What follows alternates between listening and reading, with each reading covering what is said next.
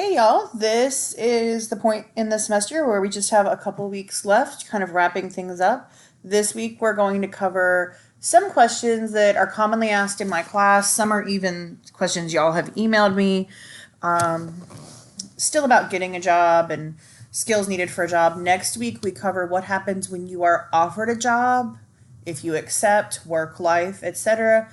And then the last week is really just a day or two, not even a full week, where you're sharing your professional portfolios in video discussion boards one more time and kind of walking us through those and why you chose what you did and all that.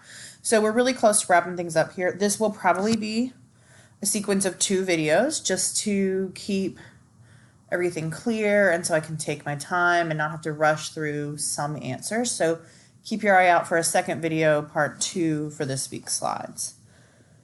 This week I'm doing like a segment I call Your Questions Answered. So these again are questions we all have sent, other classes have had in the past, things I've been asked when I'm meeting with students recently, etc. And then we're going to go over job hunting practice. So what you can do when you're looking at job postings to really figure out if you're qualified, because I think that can get really intimidating. I'm going to show you some sample professional portfolios so you have a visual idea for those of you that are visual learners, what's going to be great and what's going to be questionable. I have a couple reminders, and I'm so sorry, I meant to delete it. Your closing written assignment obviously is not happening. I apologize for that. So, first question I have that I'm going to share and talk about. How can I professionally communicate with employers? Okay, number one tip, first things first, things we all have to learn, myself included, is truly think before you speak, okay? Think before you send an email, before you text, if you have that relationship with someone at your office, or before you make a call. Email especially, you've probably heard the rule, like if you're angry, do not send an email for 24 hours. Don't rattle that off. You will regret it, I promise. But really think about what you're saying. A lot of people do this well at first in the workplace and even come across as kind of reserved, but once they get comfortable, they're wide open. If you went out and had a good time that weekend, that's fine. But unless it's your nearest and dearest friend, don't talk about how good of a time you had. You don't need to detail that out for your boss. Because you never know when that can come back to haunt you. So you want to think before you have responses. That also includes like in meetings. If you are a person who feels they need to respond to every single question or every single comment in a meeting, you don't. So really think about what you're going to say and how it will add value, or if it will add value. The idea of really being specific in your speech. A lot of times we hear stuff or things, literally the word stuff or things or ideas, versus something concrete.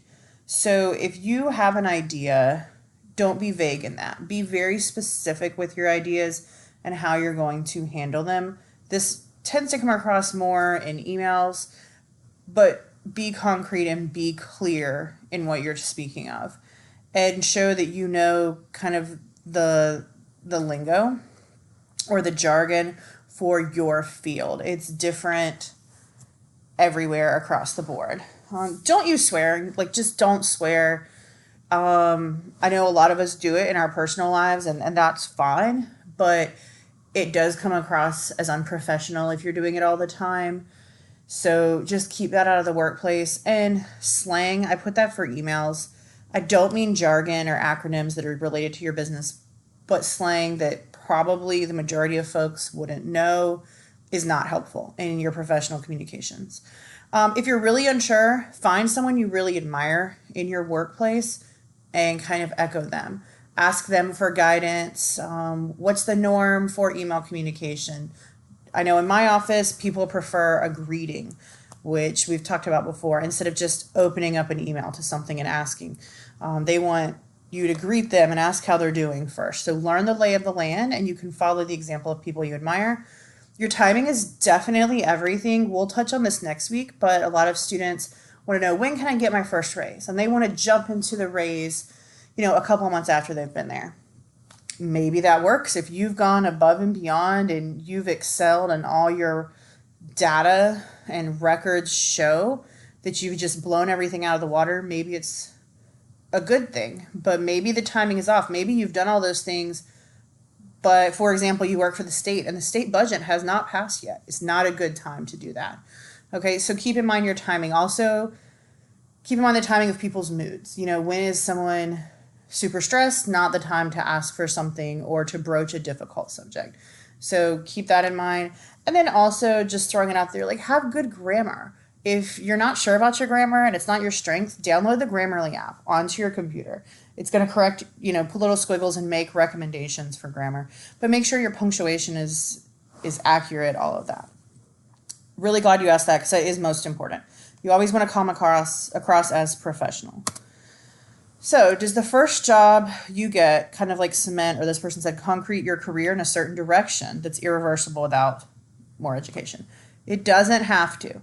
This is where we go back to a couple weeks ago when we talked about our network. Your network is critical to branching out. So if you've only ever worked in customer service in that field, and now you want to go into, let's say, something really different. It's hard to think of one because customer service goes with everything. But let's say you want to go into accounting. Doesn't mean you can't. If you have some accounting background, it doesn't mean you can't go into that. But you need to use your network so that they can speak to those transferable skills you talk about. And we'll put those on another slide in a minute. Find new challenges in your current workplace that will help you gain the skills you're lacking for the field you want to enter. Okay? So if you want to do accounting, maybe you could step up and get more involved in your office's budget situation and their monthly accounting situation. Or maybe you could do some taxes for friends and have a little side hustle going on, and they can speak to your abilities, okay? But find the new challenges. Don't sit complacently when your workload is done. Go ahead and start working on the skills you need for the future job. So you're not stuck somewhere, cemented or concreted in to your career path. Consider your goals and then plan accordingly. So if you really want to be in accounting and you know you're going to have to get that CPA, you're going to have to pass that test, maybe you need to set aside some time each week to study for that since you don't really want to go back to school first. Think about your goals and realign them, okay? Also, again, focus, like I mentioned, with your network. They're going to share your transferable skills. You need to focus on the transferable skills you have and have a good list of those and make sure they're suited for the field you want to go into. And then how you write your application materials helps. And this is going to be a common vein, and you've heard me say it before, but your resume has to be tailored to every job and kind of mirror the language of postings. Your cover letter needs to be tailored to every application where it's required, okay? You've got to put in that effort to make it crystal clear to an employer in a new field how your skills will transfer over. And if you do those things, all these things on this list, you're not stuck in one hole forever, in one career. Sometimes you do have to go back to school for education, but not always. So, good question someone asked me is, how do you recognize the signs of a dead-end job? Okay? If you feel, most people feel like Michael Scott on Monday morning just because it's Monday.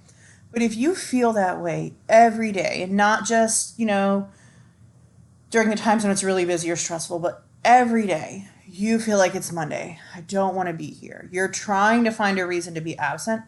Huge sign. It doesn't mean it's a dead-end job, but it means it's a job you're not happy in anymore for whatever reason, whether it's you're not challenged or maybe you're not in the right work environment. But if you feel like it's Monday every day and you're trying to find an excuse not to go to work, you need to reconsider what you're doing and where you're doing it. Are your goals and skills even being considered or used by management? If you are great at marketing and you've told your boss that and you've shown them evidence of that and they never ask you to do that, even though you've asked for opportunities and they're giving those opportunities to someone else, you want to consider your situation, because we all know we do a better job when we're doing things we enjoy and that match our skill set.